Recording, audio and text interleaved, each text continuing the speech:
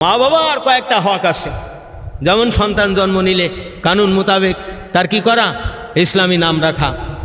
তারপরে কি করা, যদি পুরুষ সন্তান হয় সময়মতো খাতনা করানো। তারপরে কি করা, তার এলেম শিক্ষা করা, আমল করানোর জন্য তাই শক্তি পরিমাণ আপনার কি করবে, স্বচ্ছভাবে সুন্দরভাবে যাতে মানুষ হতে পারে সেই চেষ্টা করবে। তারপরে কি করে, তার কর্মসংস্থার ব্যবস্থা করবে, সঠিকভাবেই করতে পারবে। তারপরে একটা দায়িত্ব আছে, সন্তান সময়মতো তার বিবাহ সাথী দেওয়ার দরকার।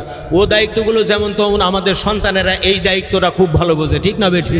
এটা আর মা বাপের ভালো একটা করা লাগে না।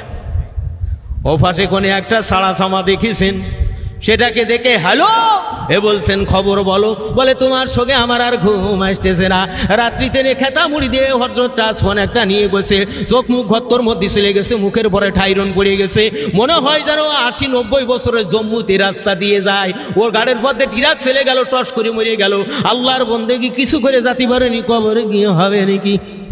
আবার আরেকটার সাথে আরেকটা জোড়াই দিচ্ছে না বলে ওই বিন খাই বেড়ে। নবী আমার বলেন, উম্মাতেরা শুনে রাখো, যে যে হালতে দুনিয়াতে আত্মহত্যা করবে আল্লাহ রাব্বুল আলামিন জাহান্নামের মধ্যে তাকে সেই হালত কয়দা করিয়ে দেবে। কেউ যদি রশি খাইয়ে মরে, গলায় দড়ি দিয়ে মরে, জাহান্নামের মধ্যে তাকে বারবার গলায় দড়ি দেওয়া হবে, আবার আগুনের মধ্যে নিক্ষেপ করা হবে। চিৎকার মারিয়ে বলা যাবে কি নাউজুবিল্লাহ।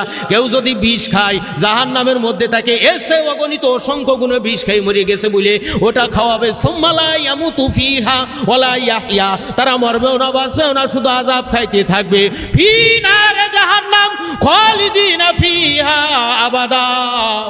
আল্লাহু আকবার। জাহান্নাম তাদের শুরু হবে, চির জাহান্নামী হবে, কঠিন কালেও 1 সেকেন্ডের জন্য নাজাত পাবে না।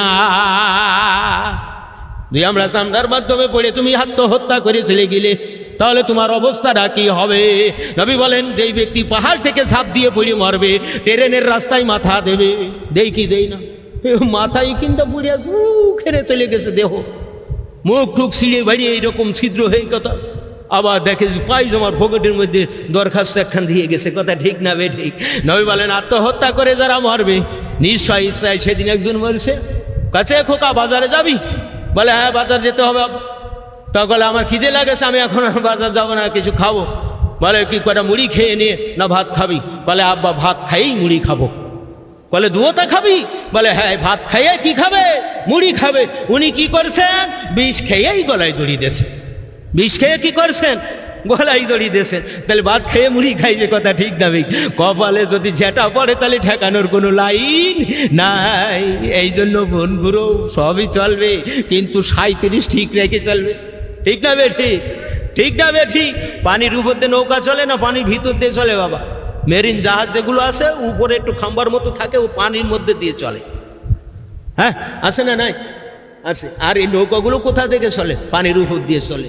তাই বলে যদি পানি নৌকার মধ্যে ঢুকে যায় তাহলে কার সারা হয়ে যাবে। দুনিয়া দুনিয়া দুনিয়া দুনিয়া, পানি নৌকা হলো আখিরাতের বাড়ি। সুবহান আল্লাহ।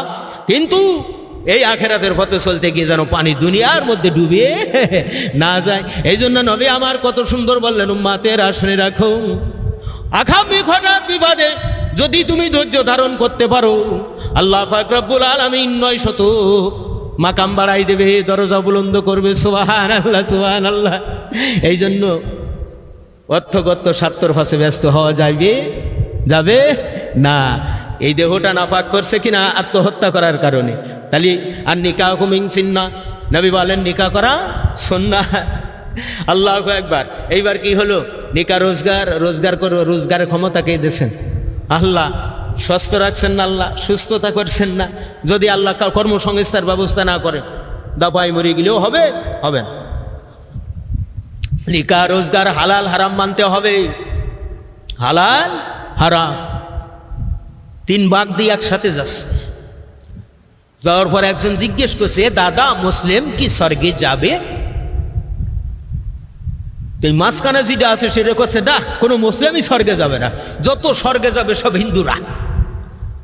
এই পাশে 3 নম্বরে যেটা দাঁড়াই আছে যাচ্ছে, এই কয় যাবে, তবে শেষে যাবে।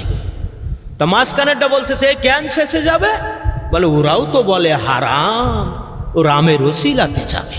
নাউজুবিল্লাহ। হালাল হারাম বলি কি বলি না, কত বড় পণ্ডিত ওই হালাল হারাম ওই জায়গায় লাগাইছে, ওই হালাল হারাম ওই জায়গায় লেগেছে। তবে একটা সনাতন ধর্মে একটা কথা আছে, এর আগে ফাঁসে আছে, আমি মূল কথা বলতেছি। ধ্যান ছাড়া মুক্তি নাই, ধ্যান ছাড়া ধর্ম নাই। ধ্যান ছাড়া কি নাই? মুক্তি নাই।